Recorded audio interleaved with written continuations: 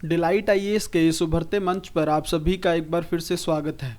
तो एक important news निकलकर सामने आ रही है। अर्थव्यवस्था के दृष्टिकोण से यह अनुमान लगाया जा रहा है कि विश्व में बहुत जल्द आर्थिक मंदी आने वाली है। ठीक है, और ये मंदी उसी तरह की होगी जैसी 2007-8 में आई थी।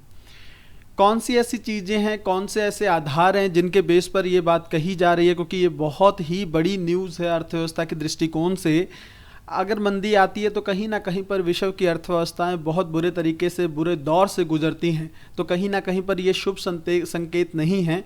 क्या है पूरा मुद्दा, हम लोग पूरी गहराई के साथ समझने का प्रयास करेंगे। देखेंगे कौन कौन से रीज़न हैं जिस वजह से इस तरह के अनुमान लगाए जा रहे हैं, क्योंकि देखिए डब्ल्यूटीओ और आईएमएफ के स्तर पर इस तरह के अनुमान लगाए जा रहे हैं। तो कहीं ना कहीं पर हमें ये देखना होगा कि अगर इतनी बड़ी अंतर्राष्ट्रीय संस्थाएं इस चीज़ को लेकर अपेक्षा कर रही हैं तो कहीं ना कहीं पर स्थिति थोड़ी सी गंभीर हो जाती है। तो पूरे मुद्दे को हम लोग गंभीरता के साथ समझने का प्रयास करेंगे। अच्छा, डिस्कशन शुरू करने से पहले मैं आप लोगों से एक दो बातें करना चाहता हूं। देखिए, एनसीईआरटी समरी कोर्स चल रहा है। ठीक है, जब डिलाइट आईएएस के मंच की स्थापना हुई थी तो मैंने सबसे पहले आप लोगों से वादा कौन सा किया था? क्वालिटेटिव कंटेंट को लेकर बात की थी ना, कि गुणवत्ता युक्त सामग्री की कमी है। उसी की दिशा में प्रयास करते हुए एक टीम आप लोगों के लिए वर्क कर रही है जो एनसीईआरटी का समरी कोर्स चला रही है। बट आप लोग देखिए, कुछ लोग तो बहुत रेगुलर इसको देख रहे हैं, रिव्यूज़ बहुत अच्छे हैं, बट कुछ लोग थोड़ा सा कहीं ना कहीं पर आलसीपन का एक प्रदर्शन कर रहे हैं। आप लोग रेगुलर नहीं देख रहे हैं। तो इस तरह से अगर आप चीज़ों को इग्नोर करेंगे ना तो टीचर्स को भी मोटिवेशन कहाँ से मिलेगा? वो लोग आप लोगों के लिए इतनी मेहनत कर रहे हैं ना, कोशिश कर रहे हैं हम लोग कि हिंदी माध्यम में जो कंटेंट की कमी है वो थोड़ा सा कंप्लीट हो पाए। आप लोगों के लिए आईआर का कंटेंट अवेलेबल कराया जा रहा है, इकोनॉमिक्स की न्यूज़ हम लोग डिस्कस कर रहे हैं। यूपीएससी मेंस को लेकर पूरा इवैल्यूएशन किया गया है। ठीक है, मेंस का जो अभी 2020-22 का पेपर हुआ है, सारे पेपर मैंने आप लोगों के सामने डिस्कस किए हैं। बहुत अच्छा रिस्पांस आप लोगों की तरफ से आया है, लेकिन जिन लोगों ने अभी नहीं देखा है ना, उनको ये जरूर देखना चाहिए। मैं इतना फोकस इसलिए इस पे कर रहा हूँ क्योंकि देखिए, आप चाहे 2023 में मेंस दें, चाहे 2024 में दें, ठीक है, चाहे 25 में दे, वो आपको बहुत हेल्प करेगा। जब भी 2023 का मेंस होगा हम फिर डिस्कस कर लेंगे, 25-24 के मेंस को फिर डिस्कस कर लेंगे। तो कहीं ना कहीं पर 2-3 साल की इस तरह की डिस्कशन अगर आप लोग देख लेंगे ना तो आप लोगों को ये पता लग जाएगा कि जो रैंडम क्वेश्चन यूपीएससी पूछता है तो उसमें हमें किस तरह से डील करना है। तो आप लोग कम से कम सपोर्ट तो करिए ना। फ्री ऑफ कॉस्ट आप लोगों को कंटेंट अवेलेबल कराया जा रहा है। आप लोग एनसीईआरटी को देखिए, टीचर्स को रिव्यू करिए, कमेंट के माध्यम से बताइए, शेयर करिए। थोड़ा सा इतना सपोर्ट तो मैं कहीं ना कहीं पर आप लोगों से अपेक्षा करता हूं।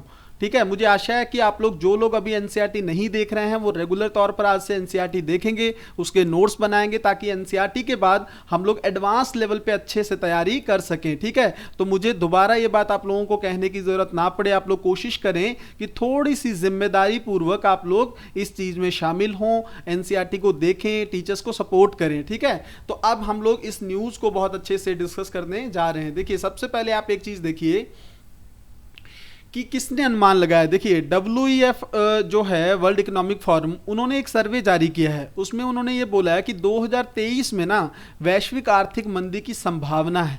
ठीक है, बहुत इंपॉर्टेंट संस्था है, ये आपको पता है, एक एनजीओ है जो स्विट्जरलैंड में हर बार इसकी एक बैठक होती है, दावोस में, आप लोग को पता ही है, फरवरी माह में ये चीज़ आयोजित होती है। उसके बाद आप देखिए कि वर्ल्ड ट्रेड ऑर्गेनाइजेशन जो है, इसकी तरफ से भी ये संकेत दिए गए हैं। ठीक है, ये डीजी हैं डब्ल्यूटीओ के, इन्होंने भी ये बोला है कि हाँ, जिस तरह से मुद्रास्फीति जो है, इन्फ्लेशन की स्थिति जो है, वो दिन ब दिन कई देशों में बिगड़ती चली जा रही है। तो ये चीज़ कहीं भी वैश्विक अर्थव्यवस्था के लिए अच्छी नहीं है। अब हम लोग जल्दी से देखिए, मैं आर्थिक मंदी आप लोगों को समझाऊं उससे पहले थोड़ी सी टर्म्स आप लोगों को पता होना बहुत ज़रूरी है। ठीक है, एक होता है इकोनॉमिक स्लो डाउन, एक होता है इकोनॉमिक रिसेशन, एक होता है इकोनॉमिक डिप्रेशन। तीनों में डिफरेंस क्या है? अच्छा, आसानी से समझिए इसको। देखिए, होता क्या है, जब किसी देश की अर्थव्यवस्था की वृद्धि धीरे धीरे कमजोर पड़ती जाती है ना, तो इसको इकोनॉमिक स्लो डाउन कहते हैं। भारतीय अर्थव्यवस्था इसी हालत से गुजर रही है। ये थोड़ा सा आप अपडेटेड इसको कर लीजिएगा। ये है कोविड-19 के बाद की दौर। ठीक है, अभी भी हम लोग पूरी तरह से इससे निकले नहीं हैं। कोविड-19 में आप लोगों ने देखा, और इवन उससे पहले भी भारत की अर्थव्यवस्था में गिरावट शुरू हो गई थी। ठीक है, गिरावट शुरू हो गई, तो जो वो गिरावट होती है ना कहीं पर तिमाहियों में, वो आप उससे अंदाजा लगा सकते हैं कि वो इकोनॉमिक स्लो डाउन की ओर संकेत करता है। दूसरा देखिए, इकोनॉमिक रिसेशन क्या होता है। देखिए, जब किसी अर्थव्यवस्था में वृद्धि, अब देखिए वृद्धि नहीं हो रही है, ठीक है, वहां पे तो वृद्धि दर धीमी हो गई थी ना, वृद्धि दर जो है वो धीमी हो गई थी। और यहां पर देखिए वृद्धि के बजाय घटोतरी या नेगेटिव होने लगता है, ठीक है, वृद्धि जो है नेगेटिव, तब आर्थिक मंदी या इकोनॉमिक रिसेशन आता है। थोड़ा सा और आसानी में समझ लीजिए, लगातार 6 महीने यानी 2 तिमाही तक जब कमी होती है, नेगेटिव वृद्धि होती है, तो इसको बोल दिया जाता है कि अब इकोनॉमिक रिसेशन आ चुका है। ठीक है, 5 कारक इसके मुख्यतः बताए जाते हैं: वास्तविक जीडीपी में कमी होना, आय में कमी होना, रोजगार, विनिर्माण, खुदरा बिक्री, इन सब चीज़ों में कमी को कहीं ना कहीं पर माना जाता है कि आर्थिक मंदी आ गई है। एक इकोनॉमिक डिप्रेशन होता है, जब किसी देश की अर्थव्यवस्था में कमी होते होते एक ऐसा स्तर आ जाता है ना कि तमाम प्रयासों के बावजूद भी अर्थव्यवस्था में वृद्धि ठप पड़ जाती है।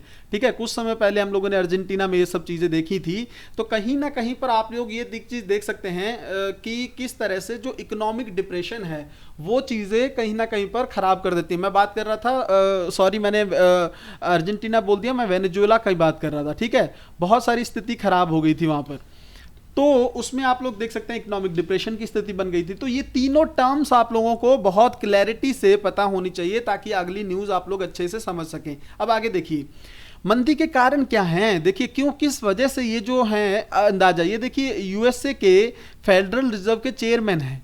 ठीक है, इनके बारे में भी अभी बात करेंगे, क्यों इनकी फोटो मैंने यहाँ पे लगाई है। पहले सबसे पहले कारण देखिए आप, देखिए रूस और यूक्रेन के बीच में वॉर चल रहा है, कई बार हम लोगों ने डिस्कस किया है।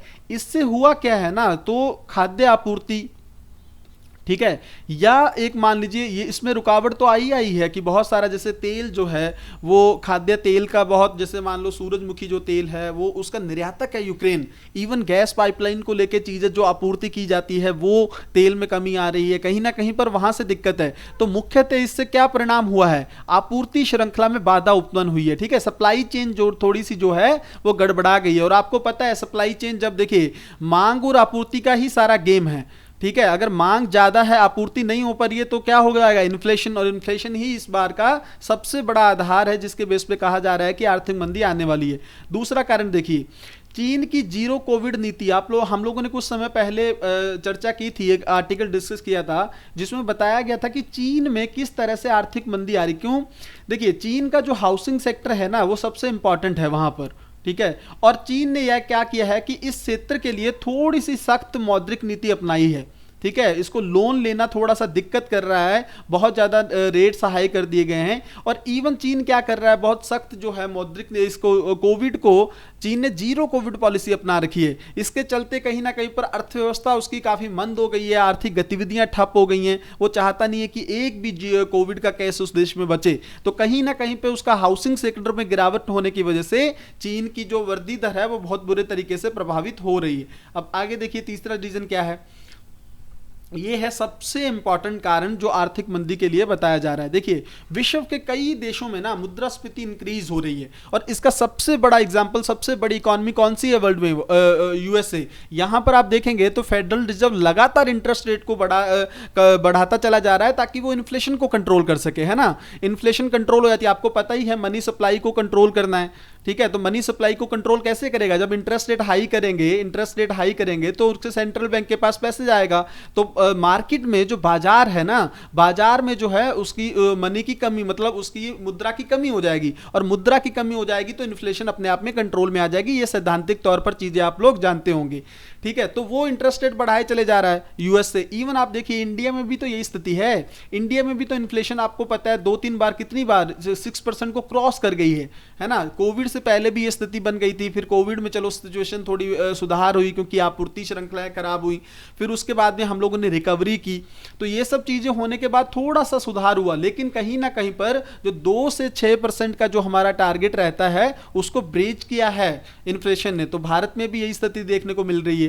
अब आगे देखिए यूएसए के फेडरल रिजर्व द्वारा ब्याज दरों में तेजी से वृद्धि, कारण यही मुद्रास्फीति। ठीक है, इन्फ्लेशन बहुत बढ़ रही है। मैंने अब इस फोटो को लेके एक्सप्लेन करता हूं। देखिए ये जो चेयरमैन है फेडरल रिजर्व के, इन्होंने एक बात बोली है कि देखिए हम लोग कोशिश कर रहे हैं, अभी हम लोगों ने थोड़ा सा ब्याज दरों में वृद्धि को रोका है। ठीक है, यूएसए की बात कर रहे हैं। ये हम कोशिश कर रहे हैं कि हम इंटरेस्ट रेट को थोड़ा रोक के मुद्रास्फीति को कंट्रोल कर लें, इन्फ्लेशन को कंट्रोल कर लें। लेकिन अगर हम कंट्रोल नहीं कर पाए तो कहीं ना कहीं पर हमें पूरा अंदाजा है कि विश्व में आर्थिक मंदी आना सुनिश्चित है। ये इनका बयान है स्पष्ट तौर पर, ठीक है। तो चिंता की बात है, विश्व अगर यूएसए में दिक्कत आती है तो कहीं ना कहीं पर उसका प्रभाव पूरे विश्व पर पड़ता है। तीसरा देख लीजिए आगे रीजन कौन सा है, विश्व के अधिकतर देशों द्वारा ब्याज दरों को प्रबंधित ना कर पाना, जिससे ऋण तथा निवेश लागत में वृद्धि। अब देखिए ना, देखिए इंटरेस्ट रेट बढ़ा दिया, मान लो भारत में भी ऐसा किया गया, ठीक है, या यूएसए में ऐसा किया गया, तो इससे क्या होगा, लोन मिलेगा क्या आसानी से? लोन तो महंगा हो जाएगा ना, और ऋण महंगा होगा तो क्या होगा, कंपनियां व्यवसाय चला पाएंगी, व्यवसाय के लिए पैसा कहां से आएगा, और नए व्यवसाय स्थापित नहीं होंगे। नए व्यवसाय स्थापित नहीं होंगे तो अर्थव्यवस्था की जो आर्थिक गतिविधियां हैं वो ठप पड़ जाएंगी, ठीक है। आर्थिक गतिविधियां ठप पड़ जाएंगी तो ऑब्वियस सी बात है भाई, आर्थिक वृद्धि दर डाउन चली जाएगी, ठीक है, आर्थिक वृद्धि दर डाउन चली जाएगी। तो ये सब चीजें कहीं ना कहीं पर इंटरलिंक होती हैं, इंटरलिंक होती हैं, चीजें आपस में जुड़ी होती हैं। तो ये सब जो कारण हैं ये आप लोग बुलेट पॉइंट्स के फॉर्म में नोट कर लीजिएगा, क्योंकि बहुत ही ज्यादा इंपॉर्टेंट चीजें मैंने आपको बुलेट पॉइंट में बता दी हैं ताकि आपको आंसर के फॉर्म में आप लोग लिख सकें। अब जल्दी से आगे चीजें देखते हैं। देखिए हुआ क्या है, अब देखिए यूरोप तथा एशिया में जोखिम क्या है। देखिए जो ओईसीडी है, आर्थिक सहयोग और विकास संगठन, उसने एक बात बोली है कि देखिए जर्मनी, इटली और यूनाइटेड किंगडम यूरोप की 3 सबसे बड़ी अर्थव्यवस्थाएं हैं। अगले साल ना ये लंबी मंदी का सामना इन्हें करना पड़ सकता है। और कारण क्या है, यूक्रेन पर जो रूस का आक्रमण हुआ है ना, उससे ऊर्जा आपूर्ति के मुद्दे उत्पन्न हो गए। देखिए आपको पता है यूक्रेन से गैस पाइपलाइन निकलती थी, या रूस बहुत बड़ी ऊर्जा की आपूर्ति करता था किसको, यूरोप को। अब वही ठप पड़ गया है, उसमें दिक्कत हो रही है कहीं ना कहीं पर। मध्य एशिया के माध्यम से गैस पाइपलाइन को लेकर समझाते हैं, नॉर्ड स्ट्रीम का मुद्दा आप जानते हैं ना, जर्मनी तक रूस पहुंचाना चाह रहा था गैस पाइपलाइन। तो वो सब चीजें दिक्कत होने की वजह से ये तीनों अर्थव्यवस्था में मंदी देखने को मिल रही है, ठीक है। तो ये शुरुआती लक्षण है, आप देखिए कि अर्थव्यवस्था को लेकर प्रभावित होने के। अब आगे देखिए, एशिया के बोल रहे हैं कि बचने की उम्मीद तो है एशिया की, कि एशिया थोड़ा कम प्रभावित हो, लेकिन चीन की शून्य कोविड लॉकडाउन पॉलिसी जो है और सीमा प्रतिबंध क्षेत्र की विकास की, इसकी एशिया क्षेत्र पर विकास क्षमता पर गंभीर दबाव बना रहे हैं। बहुत इंपॉर्टेंट पॉइंट है, ठीक है। हम लोगों ने पहले ही डिस्कस कर दिया कि चीन की वजह से दिक्कत ज्यादा है, क्योंकि चीन ऑब्वियस बात है ना, बड़ी इकोनॉमी है एशिया में भारत के साथ। मंगलवार को विश्व बैंक ने एशिया प्रशांत के लिए अपना पूर्वानुमान, अब देखिए 5% था पहले, अप्रैल में बोला गया था कि 5% से ग्रो करेंगे, लेकिन अब उसको 3.2% कर दिया है, और चीन के लिए लगभग 2.8% कर दिया और कम कर दिया है। तो मुद्रास्फीति तो एक वैश्विक घटना है, और लेकिन इसका जुड़ाव जो है ना मंदी से जोड़कर इसको देखा जाता है। लगातार अगर इन्फ्लेशन इंक्रीज होती जाएगी तो किसी ना केवल उस देश में बल्कि विश्व में भी आर्थिक मंदी की एक संभावनाएं उत्पन्न होने लगती हैं। अब देखिए ना, अमेरिका अगर मंदी में जाता है, अमेरिका अगर मंदी में जाता है तो वो विश्व को भी मंदी की ओर ले जाएगा, क्योंकि यूरोप में पहले से ही मंदी चल रही है। ये सारी चीजें हम लोगों ने यहां पे देखी। अब भारत की स्थिति जल्दी से देखेंगे। देखिए आपको पता होगा जब देश आजाद हुआ तो 2.7 लाख करोड़ जो था जीडीपी थी। आज देखिए भारत कहां पे है, 150 लाख करोड़ रुपए की जीडीपी है, बहुत बड़ी जगह पे आ गया है भारत। दूसरा देखिए, पहले जब आजाद हुआ था ना तो तीसरी दुनिया का देश बोलते थे भारत को, अब 5वीं सबसे बड़ी अर्थव्यवस्था है, ठीक है। इस तरह के कोटेशन को आप ना आंसर में इंट्रोडक्शन में जरूर लिखा करें, यूपीएससी के एग्जामिनर बड़े खुश होते हैं ऐसी चीजों से, ठीक है। देश का लक्ष्य 5 ट्रिलियन डॉलर की अर्थव्यवस्था है, भारतीय प्रधानमंत्री लगातार इस चीज के लिए प्रयास कर रहे हैं। अब देखिए अभी भारत की जो वृद्धि दर है ना काफी अच्छी है, काफी अच्छी है। 2021 का जो आर्थिक सर्वेक्षण आया है 21-22 का, उसमें क्या बोला गया है कि लगभग 8 से 8.5 मतलब 8.5% की दर से वृद्धि होने की संभावना है। 2022 यहाँ पर आप कर लेंगे, 2022 कर लेंगे 2022 में, ठीक है। अब ये चीज आप देखिए यहाँ पर कि जो वर्ल्ड इकोनॉमिक फोरम है ना, उसने लगभग भारत के लिए 11.5 की वृद्धि दर दर्शाई है। तो भारत की वृद्धि दर को लेके तो दिक्कत नहीं है, ठीक है। जीडीपी तो हमारी बहुत अच्छे से ग्रो कर रही है। दिक्कत पता है कहां पे है, इस चीज पे दिक्कत है, जो थोक मुद्रास्फीति है ना वो बढ़कर इतनी हो गई है, होलसेल इन्फ्लेशन। और सीपीआई द्वारा जो मापी गई खुदरा मुद्रास्फीति है, ये देखिए 6% को ब्रीच कर गया ना टारगेट, ये देखिए तो ये चीज़ें थोड़ी सी चिंताजनक है भारत के लिए ही। इसीलिए ना अभी जो मॉनेटरी पॉलिसी कमेटी है रिजर्व बैंक की, उसने 40 अंक आधार अंक जो है वो रेपो दर को बढ़ा दिया है, और जो CRR है उसमें भी 50,000 अंक तक बढ़ाने की कार्रवाई की है। पहले कम कर रहे थे ताकि लोन मिले ज़्यादातर, क्योंकि अर्थव्यवस्था मंदी में थी, कोविड के बाद चीज़ें खराब थी, स्लो डाउन चल रहा था। लेकिन अब जो है इसको इंक्रीज करना शुरू कर दिया है ताकि इन्फ्लेशन को कंट्रोल किया जा सके। ये तो इंडिया की स्थिति है। तो एक क्यों आ रही है भारत में? कारण लगभग सेम ही है। आप देखिए, कच्चे पेट्रोलियम और प्राकृतिक गैस, ठीक है, खनिज तेल, मूल धातुओं की कीमतों में वृद्धि हो रही है। ठीक है, रूस यूक्रेन संघर्ष से वैश्विक आपूर्ति श्रृंखला में व्यवधान जो आया है ना, उससे कहीं ना कहीं पर भारत में भी इन्फ्लेशन बढ़ी है। दूसरा देखिए, तेल और वसा, सब्जियों और मांस और मछली जैसे खाद्य पदार्थों की कीमतों में वृद्धि के कारण इन्फ्लेशन इंक्रीज हुई है। और आप देखिए, दुनिया भर में कमोडिटी की कीमतों में तेज वृद्धि हो रही है, और सबसे बड़ा कारण कहीं ना कहीं पर वैश्विक अस्थिरता है, जो रूस और यूक्रेन का जो युद्ध चल रहा है। ठीक है, इस वजह से जो मुद्रास्फीति वृद्धि एक प्रमुख कारण है। और कहीं ना कहीं पर आप सोचिए, जब हम आपको पता है भारत को बहुत सारी चीज़ें आयात करनी पड़ती हैं, ऐसी स्थिति में हमारी इन्फ्लेशन कॉस्ट जो है, वो जो हमारी इंपोर्ट कॉस्ट है वो इंक्रीज हो जाती है, जिससे मुद्रास्फीति बढ़ जाती है। ठीक है, तो ये भारत में कारण है। क्या किया जा सकता है? थोड़ा सा डिस्कशन लेंदी हो गया है, लेकिन आप इस टॉपिक को समझेंगे अच्छे से। कर क्या सकते हैं? एक तो सबसे पहले जो विभिन्न देश है ना, वो मुद्रास्फीति नियंत्रण हेतु प्रयास करें। ठीक है, कोशिश करें कि इन्फ्लेशन को वो कंट्रोल कर सकें, और उसका माध्यम कोई और ढूंढें, वो आपूर्ति बढ़ाने की कोशिश करें। जरूरी नहीं इंटरेस्ट रेट ही बढ़ाते चले जाएं, वो एक अकेला कारण करेंगे तो दिक्कत होगी फिर। ठीक है, तो आपूर्ति, क्योंकि उससे ऑब्वियस सी बात है ना, उससे व्यवसाय नहीं बढ़ेंगे, तो उसको थोड़ा सा अन्य रास्ते हमें ढूंढने होंगे जिससे हम इन्फ्लेशन कंट्रोल कर सकें। दूसरा क्या कर सकते हैं? ब्याज दरों का उचित प्रबंधन, जो मैंने अभी बोला। ठीक है, इतना भी ज्यादा मत कर दो कि आप व्यवसाय जो है इस्टेब्लिश ना हो पाए। चीन को थोड़ा सा आसान मौद्रिक नीति का पालन करना चाहिए, और जीरो कोविड को जो उसकी जो हठ धर्मिता है ना, जिद्दी कर रहा है चीन, कहीं ना कहीं पर जिद लग के बैठा हुआ है, तो उसको थोड़ा सा अपनी इस जिद को छोड़ने की जरूरत है।